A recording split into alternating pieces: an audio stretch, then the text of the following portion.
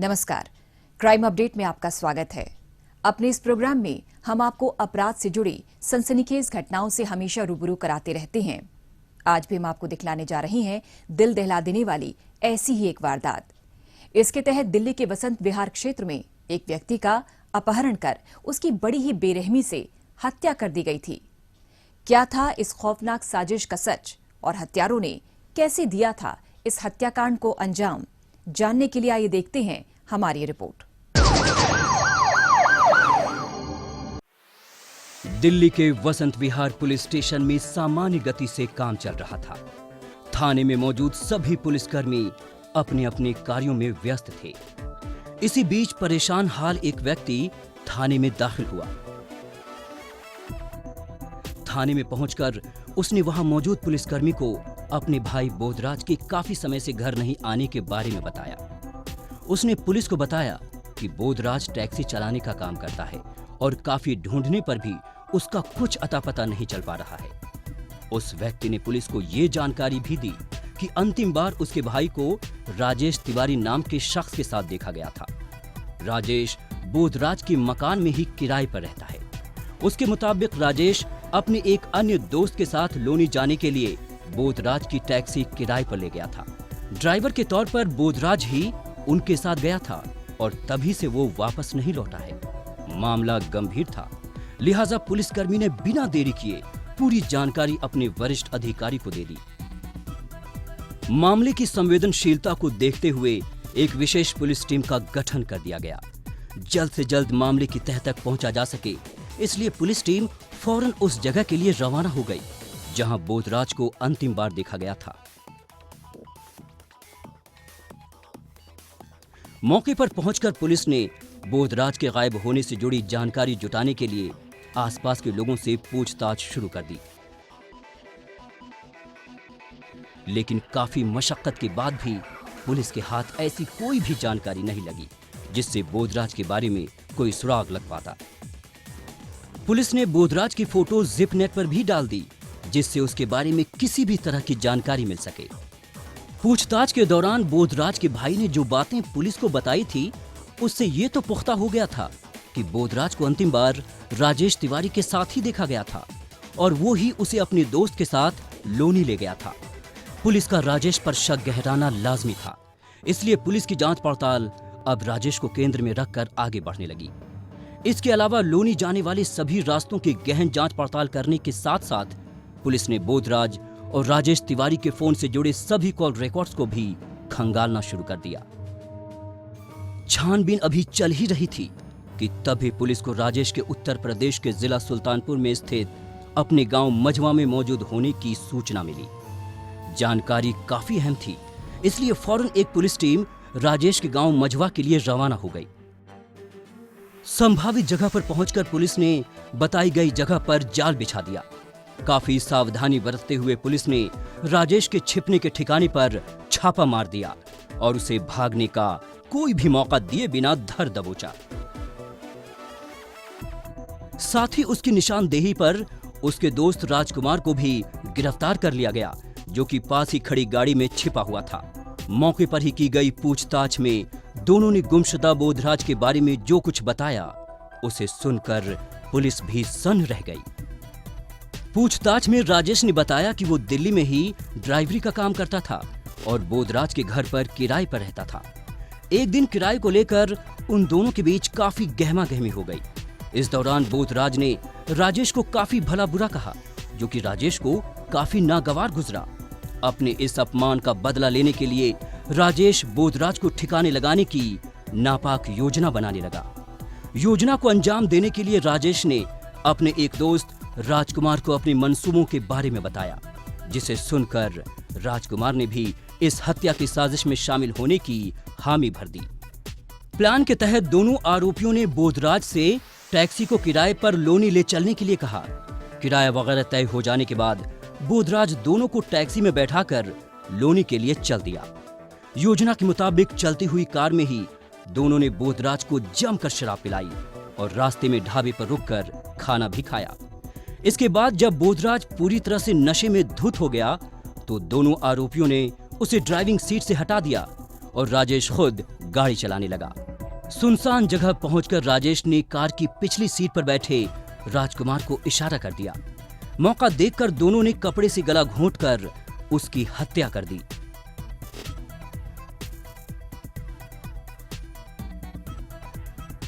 और उसकी लाश को पास ही मौजूद घने जंगल में स्थित एक गड्ढे में डाल दिया।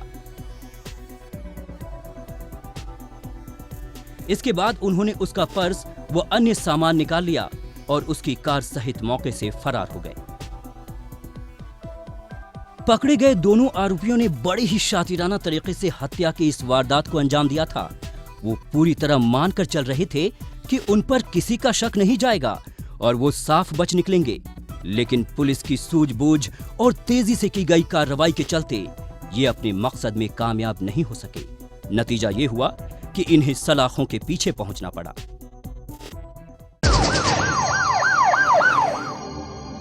और अब वक्त है पिछले दिनों सुर्खियों में रही कुछ खास खबरों पर एक नजर डालने का, लेकिन इससे पहले देखते हैं दिल्ली पुलिस द्वारा जारी ये महत्वपूर्ण संदेश। ठहरिए, किसी भी लावारिस वस्तु या वाहन को हाथ न लगाएं। ये बम भी हो सकता है। यदि आप ऐसी किसी भी संदिग्ध गतिविधि को देखते हैं तो तुरंत 100 नंबर पर या नजदीकी पीसीआर या थाने में इसकी सूचना दें। आपकी जरा सी सावधानी किसी भी बड़े संभावित हादसे को रोकने में मददगार साबित हो सकती है। पुलिस की पैनी निगाहें देशद्रोहियों की गतिविधियों पे लगी हैं। आप भी पुलिस का सहयोग करें। याद रखिए, किसी भी लावारिस वस्तु को न छुएं। अपना मकान किसी अनजान व्यक्ति को किराए पर न दें। अपनी कार, स्कूटर या मोटरसाइकिल बेचने से पहले खरीदार की पहचान कर लें। मेलों और त्योहारों के दौरान अपने बच्चों का ध्यान रखें और भीड़ वाली जगहों पर जाने से बचें। अपने बच्चों को किसी भी लावारिस वस्तु को न छूने दें और औरों को भी इसके प्रति जागरूक करें। ध्यान रखें, किसी भी संदिग्ध व्यक्ति, वस्तु या वाहन को देखते ही फौरन 100 नंबर पर फोन करें या नजदीकी पीसीआर वैन या पुलिस स्टेशन पर इसकी जानकारी दें। या 1090 पर सूचित कर हमारी आंख और कान बने। आपकी पहचान को गुप्त रखा जाएगा। सावधान रहें, चौकस रहें, सुरक्षित रहें।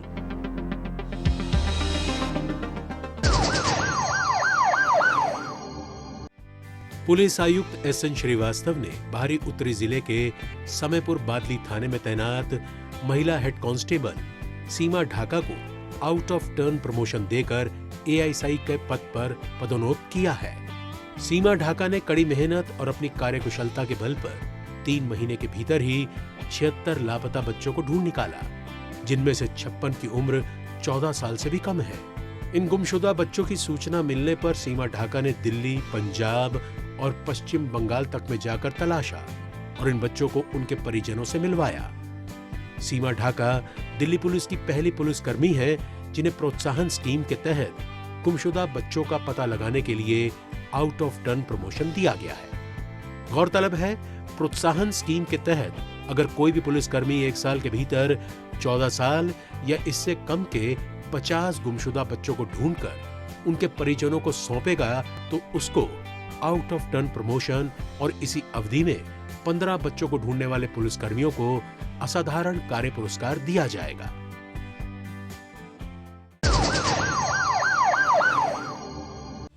दक्षिण पश्चिमी जिला पुलिस ने धोखाधड़ी और लूटपाट करने वाले लिफाफा गैंग के 3 सक्रिय गिरोहों का भंडाफोड़ करते हुए 8 सदस्यों को गिरफ्तार किया है। ये गैंग कीमती सामान लेकर सफर कर रही सवारियों को लिफ्ट देकर चुटकी में अपना शिकार बना लेते थे। गिरोह के सदस्य दिल्ली पुलिस का लोगो लगा मास्क पहनते थे, साथ ही अपनी कार में पुलिस कर्मियों की तरह वॉकी टॉकी लेकर चलते थे, जिससे सवारियों को लगे कि वो पुलिस विभाग से ही है। फिर चेकिंग और सुरक्षा के नाम पर ये उनका सामान एक लिफाफे में रखवा लेते और धोखे से उसे बदलकर सवारियों को उतार देते थे। लूट की शिकायतों पर कार्रवाई के दौरान पुलिस ने गुप्त सूचना के आधार पर गिरोह के 3 सदस्यों को उस वक्त धर दबोचा जब ये कार के जरिए आर.के. पुरम के फ्रूट मार्केट के नजदीक आए हुए थे। बाद में उनकी निशानदेही पर त्रिलोकपुरी इलाके में दबिश देकर गिरोह के 5 अन्य सदस्यों को भी धर दबोचा गया। किसी भी मासूम आदमी को जो इनको लगे इतना टेक्नोलॉजिकल फ्रेंडली नहीं है, उसको सबसे पहले ये स्पॉट करते थे किसी बस स्टैंड पे।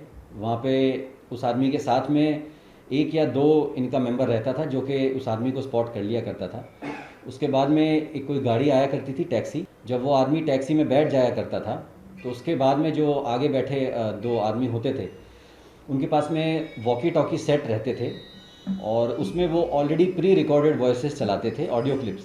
इसके बाद में उनके पास में दिल्ली पुलिस के फेस मास्क भी रहते थे कोरोना से बचने के लिए। तो एक तरह की ऑथेंटिसिटी विक्टिम्स के माइंड में आ जाती थी कि ये पुलिस का ही स्टाफ है। और उसके बाद में वो उनको बोलते थे कि आगे पुलिस की चेकिंग चल रही है, हम लोग भी गवर्नमेंट ऑफिशियल्स हैं, आप अपना पैसा, अपना जो भी ज्वेलरी है और आपका जो ATM कार्ड है और आपके मोबाइल का जो सिम कार्ड है वो इस लिफाफे में डाल दीजिए जो हम आपको दे रहे हैं। वो लिफाफा वो लोग ले करके अपने गाड़ी में आगे डैशबोर्ड में डाल दिया करते थे और जहाँ पे भी उसको ड्रॉप करना होता था उसको उतार के एक दूसरा लिफाफा उनको दे देते थे। पुलिस ने पकड़े गए आरोपियों के कब्जे से दिल्ली पुलिस के लोगो लगे मास्क, वॉकी टॉकी, सवारियों से लूटे गए आभूषण, 8 मोबाइल फोन, सिम कार्ड्स, लिफाफे सहित वारदात में इस्तेमाल 3 कारें भी बरामद कर ली हैं। दक्षिण जिला पुलिस ने 2 सेंधमारों को गिरफ्तार किया है। घड़ी की दुकान चलाने वाले एक दुकानदार ने अपनी दुकान से 35 घड़ियां और अन्य कीमती सामान चोरी हो जाने की रिपोर्ट पुलिस में दर्ज कराई थी। इसी आधार पर जांच पड़ताल में जुटी पुलिस ने दुकान के आसपास लगे CCTV कैमरे खंगाले और अन्य सूत्रों से मिली जानकारी के आधार पर वारदात में इस्तेमाल स्कूटी की पहचान कर ली। इसके बाद पुलिस ने स्कूटी के रजिस्ट्रेशन के पते पर छापा मारा और दोनों आरोपियों को धर दबोचा। पुलिस ने आरोपियों के कब्जे से सेंधमारी में इस्तेमाल स्कूटी, चुराई गई 35 घड़ियां बरामद करते हुए सेंधमारी के कई अन्य मामलों को भी सुलझा लिया है।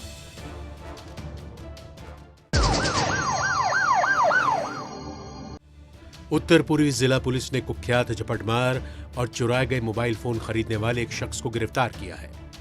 मोबाइल झपटमारी की एक शिकायत पुलिस में दर्ज कराई गई थी। इसी के तहत जांच पड़ताल में जुटी पुलिस ने CCTV कैमरे खंगाले और अन्य सूत्रों से जानकारी जुटाकर वारदात में इस्तेमाल बाइक की पहचान कर ली। इसी बीच पुलिस ने सूत्रों से मिली सूचना के आधार पर संभावित जगह पर छापा मारा और एक आरोपी को धर दबोचा। बाद में इसकी निशानदेही पर पुलिस ने इसके दूसरे साथी को भी गिरफ्तार कर लिया। पुलिस ने आरोपियों के कब्जे से झपटमारी में इस्तेमाल 2 बाइक, छीने गए 3 मोबाइल फोन बरामद करते हुए झपटमारी के कई अन्य मामले भी सुलझा लिए हैं। पूर्वी जिला पुलिस ने एक झपटमार और इससे चुराए गए मोबाइल फोन खरीदने वाले एक शख्स को गिरफ्तार किया है। इलाके में हो रही मोबाइल झपटमारी की शिकायतें पुलिस को मिल रही थी। इसी के तहत पुलिस CCTV कैमरे खंगालने और अन्य सूत्रों से जानकारी जुटाने में जुटी थी ताकि इन वारदातों पर लगाम लगाई जा सके। इसी बीच पुलिस को गुप्त सूचना मिली जिसके आधार पर पुलिस ने संभावित जगह पर छापा मारा और एक आरोपी को धर दबोचा। बाद में इसकी निशानदेही पर पुलिस ने इसके दूसरे साथी को भी गिरफ्तार कर लिया। पुलिस ने आरोपियों के कब्जे से छीने गए 50 मोबाइल फोन और एक लैपटॉप जब्त करते हुए झपटमारी के 45 अन्य मामले भी सुलझा लिए हैं।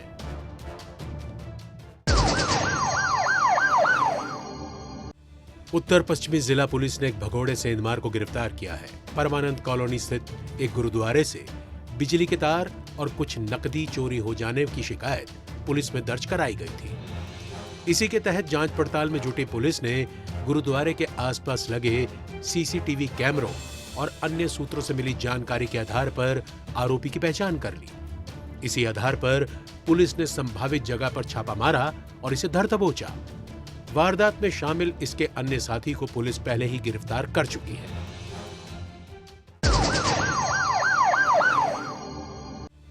दक्षिण पूर्वी जिला पुलिस ने अवैध शराब के धंधे में लगी एक महिला तस्कर को गिरफ्तार किया है। पकड़ी गई आरोपी आदतन अपराधी है और पिछले काफी समय से अवैध शराब तस्करी के काम में लगी हुई है। इलाके में लगातार हो रही शराब तस्करी की वारदातों पर लगाम लगाने के लिए पुलिस जांच पड़ताल में जुटी थी। इसी बीच गश्त कर रही पुलिस को सरिता विहार स्थित राजधानी कैंप में एक महिला शराब तस्कर के मौजूद होने की गुप्त सूचना मिली। इसी आधार पर पुलिस ने संभावित जगह पर छापा मारा और एक आरोपी महिला को धर दबोचा। पुलिस ने इसके कब्जे से अवैध शराब के 246 बोतलें भी बरामद कर ली हैं।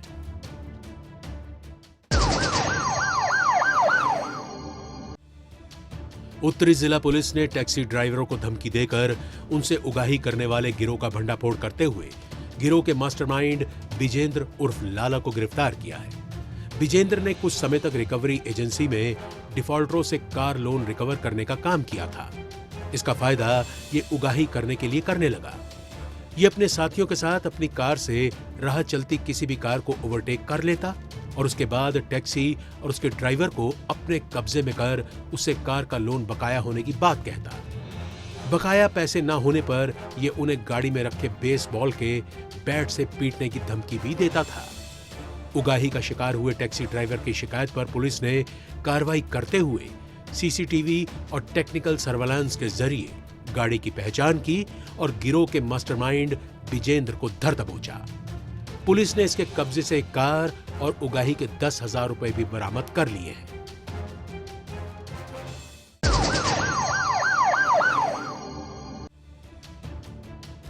दिल्ली पुलिस की आर्थिक अपराध शाखा ने होम लोन धोखाधड़ी मामले को सुलझाते हुए आरोपी व्यक्ति सचिन शर्मा को गिरफ्तार किया है।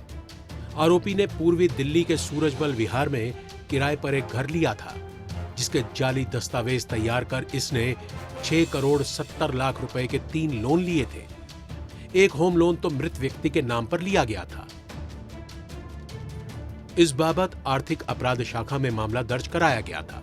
पुलिस द्वारा की गई छानबीन में बात सामने आई कि आरोपी ने अपने एक अन्य साथी के साथ ये साजिश रची थी। इसी आधार पर पुलिस ने आरोपी को गिरफ्तार कर जेल भेज दिया।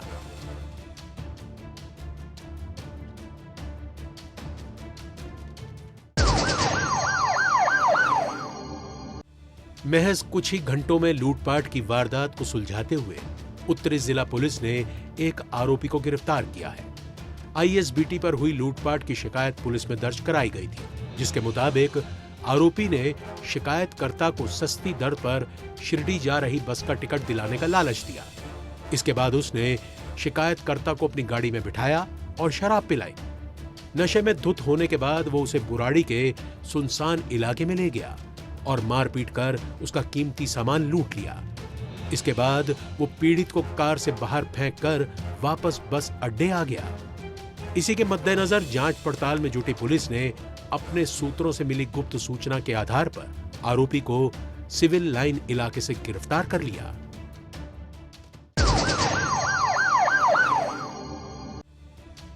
दिल्ली पुलिस की रेलवे ब्रांच ने सोने की तस्करी करने वाले अंतर्राष्ट्रीय रैकेट का भंडाफोड़ करते हुए एक आरोपी प्रवीण कुमार को गिरफ्तार किया है। आरोपी को इसके एक साथी ने कोलकाता में सोने की डिलीवरी की थी, जिसको इसे मुंबई ले जाना था। नई दिल्ली रेलवे स्टेशन पर पुलिस गश्ती दल को हावड़ा राजधानी एक्सप्रेस से उतरे एक यात्री की गतिविधि संदिग्ध लगी। पूछताछ करने पर वो संतोषजनक जवाब नहीं दे पाया। तलाशी लेने पर पुलिस ने पाया कि उसकी जैकेट और बेल्ट में कपड़े से बने पाउच हैं, जिसमें सोने के बिस्किट छिपा रखे थे। इस सोने पर IPMR गल्फ कोड रिफाइनरी और वलकम्बी सुई से स्विट्जरलैंड छपा हुआ था। पुलिस ने इसके कब्जे से 6 किलो से अधिक वजन की गोल्ड बार्स बरामद की है, जिनकी कीमत 3 करोड़ 25 लाख रुपए आंकी गई है।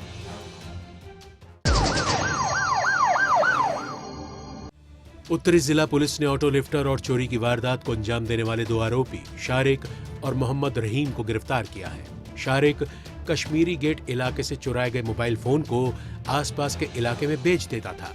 ऐसे ही एक रोज जब बिना नंबर प्लेट की स्कूटी पर सवार होकर शारिक किसी वारदात को अंजाम देने के लिए युधिष्ठिर सेतु से गुजर रहा था, तभी वहां पेट्रोलिंग कर रही पुलिस की नजर इस पर पड़ गई। पुलिस ने इसे रुकने का इशारा किया, लेकिन इसने रोड क्रॉस कर स्कूटी से भागने की कोशिश की। लेकिन दूसरी तरफ मौजूद टीम को इसके भागने का सिग्नल दिया गया, तो ये पुलिस से बचने के लिए यमुना पुल पर लगी ग्रिल पर भी चढ़ गया। लेकिन चारों तरफ से घेर पुलिस ने इसे दबोच लिया। शारिक से बरामद स्कूटी चोरी की निकली। साथ ही तलाशी लेने पर इसके पास से पुलिस को 2 चोरी के मोबाइल फोन भी बरामद हुए। इसके अलावा कश्मीरी गेट इलाके में ही वाहन चेकिंग के दौरान मोहम्मद रहीम को भी गिरफ्तार किया गया, जब वो चोरी की स्कूटी से वहां से गुजर रहा था।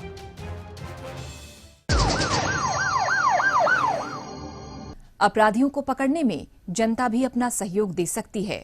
अगर आप भी किसी अपराधी या अपराध से संबंधित कोई जानकारी रखते हैं तो फौरन ये जानकारी पुलिस को दें। आपकी पहचान को गुप्त रखा जाएगा। अच्छा किया बबलू जो तुम इन छुट्टियों में यहाँ रहने चले आए। तुम होते हो तो मुझे श्रेया की कोई चिंता नहीं होती। अच्छा मैं चलती हूँ, ऑफिस के लिए लेट हो रहा है। ठीक है। मम्मा मुझे अकेले छोड़ के मत जाओ। अकेले कहाँ बेटा, बबलू भैया है ना। हाँ हाँ मुझे नहीं रहना भैया के साथ, भैया गंदे हैं। बेटी की सुरक्षा के लिए परिचितों या रिश्तेदारों पर भी सोच समझकर भरोसा करें। कच्ची उम्र में सही परवरिश और दिशा न मिल पाने की वजह से कई बच्चे गलत संगति में पड़ जाते हैं। इससे उनकी जिंदगी खराब होने का अंदेशा तो रहता ही है, कई बार वो समाज के लिए भी खतरा बन सकते हैं। लिहाजा दिल्ली पुलिस तमाम कदम उठाती रहती है ताकि ऐसे भटके हुए बच्चों को सही रास्ते पर लाया जा सके। दिल्ली पुलिस द्वारा चलाई जा रही सक्षम योजना इस दिशा में उठाया गया ऐसा ही एक कदम है। सक्षम कैसे कर रही है युवाओं के जीवन को रोशन, इसी को बतलाती पेश है हमारी रिपोर्ट। बच्चे कच्ची मिट्टी की तरह होते हैं, जिन्हें जो आकार दिया जाए उसी में ढल जाते हैं। इसीलिए जरूरी है कि उन्हें शुरुआत से ही अच्छी शिक्षा और मार्गदर्शन मिले, जिससे वो अपना भविष्य संवार सके। ऐसा ना होने पर कई बच्चे गलत संगत या अपराध के अंधेरे में खो जाते हैं, जिससे कई बार बाहर निकलना आसान नहीं होता है।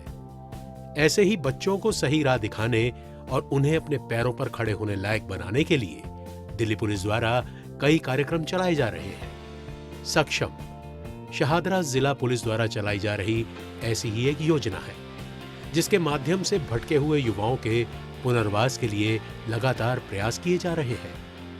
इस प्रेरक और सुधार कार्यक्रम के जरिए समाज के मुख्य धारा से जुड़ने वाले ऐसे ही युवाओं को पुलिस आयुक्त SN श्रीवास्तव ने सर्टिफिकेट वितरित किए और उनके उज्जवल भविष्य की कामना की। ऐसे बच्चे जिनको अवसर नहीं मिला है, जो स्ट्रीट चिल्ड्रन हैं और जो रास्ते से एक तरह से भटक गए हैं, ऐसे बच्चों को एक सक्षम इनिशिएटिव के तहत शाहदरा डिस्ट्रिक्ट ने इनको वापस मेन स्ट्रीम में जोड़ने के लिए ये एक पहल किया है। और आज कुछ बच्चों को एक सर्टिफिकेट देकर मुझे बहुत खुशी हुई है कि वो उनको मेन स्ट्रीम में वापस लाने की कोशिश हो रही है। युवा कार्यक्रम के तहत सक्षम शाहदरा जिला की एक अनूठी पहल है, जिसके जरिए रास्ता भटक चुके युवाओं के पुनर्वास का प्रयास किया जा रहा है। पुलिस के इस प्रयास में कई समाज सेवी संगठन भी पुलिस का साथ दे रहे हैं। योजना के अंतर्गत छोटे मोटे अपराधों में शामिल रहे युवाओं को या ऐसे युवाओं को जो सही मार्गदर्शन के बिना अपराध की ओर बढ़ सकते हैं, उन्हें काउंसलिंग के जरिए समाज की मुख्य धारा से जोड़ने का प्रयास किया जाता है, ताकि वे अपने पैरों पर खड़े होकर सम्मान के साथ अपना जीवन यापन कर सके। उनको जरूरत है अवसर की। अवसर न मिलने की वजह से, एक परिवार का वातावरण न मिलने की वजह से, हो सकता है परिवार में उस प्रकार की एजुकेशन फैसिलिटीज नहीं होगी। इन सब की कमियों के वजह से ये रास्ते भटक गए होंगे, कुछ गलत रास्ते पे चले गए या इनको दिशा विहीन हो गए। अगर इनको सब सारे अवसर मिले जैसे और किसी को अवसर मिलता है, तो मुझे पूरा भरोसा है कि वो भी वैसे ही होंगे जैसा हम सभी हैं। बाकी सभी जो जिनको अवसर मिला हुआ है, अच्छे काम कर रहे हैं, ऊंचे ओहदे पे हैं, ऊंचे पोस्ट पे हैं। ऐसा बहुत सारा पहल दिल्ली पुलिस में चल रहा है। पुलिस का ये प्रयास कई युवाओं के जीवन में बदलाव ला रहा है और वे नई ऊर्जा के साथ अपने जीवन को सही दिशा देने के मकसद में जुट गए हैं। समाज का ऐसा तबका जिसके पास सुविधाओं का अभाव तो है ही, माहौल ऐसा कि वहां बेहतर होने की उम्मीद ना के बराबर है। इनके लिए दिल्ली पुलिस का ये प्रयास यकीनन किसी वरदान से कम नहीं है। जाहिर है दिल्ली पुलिस की सक्षम योजना के जरिए राह भटके युवाओं के जीवन का अंधियारा मिटेगा और वो एक सम्मानजनक जिंदगी जी सकेंगे। आज के इस कार्यक्रम में बस इतना ही। अगले हफ्ते कुछ ताजा तरीन खबरों के साथ फिर होगी मुलाकात। तब तक के लिए दीजिए इजाजत। नमस्कार।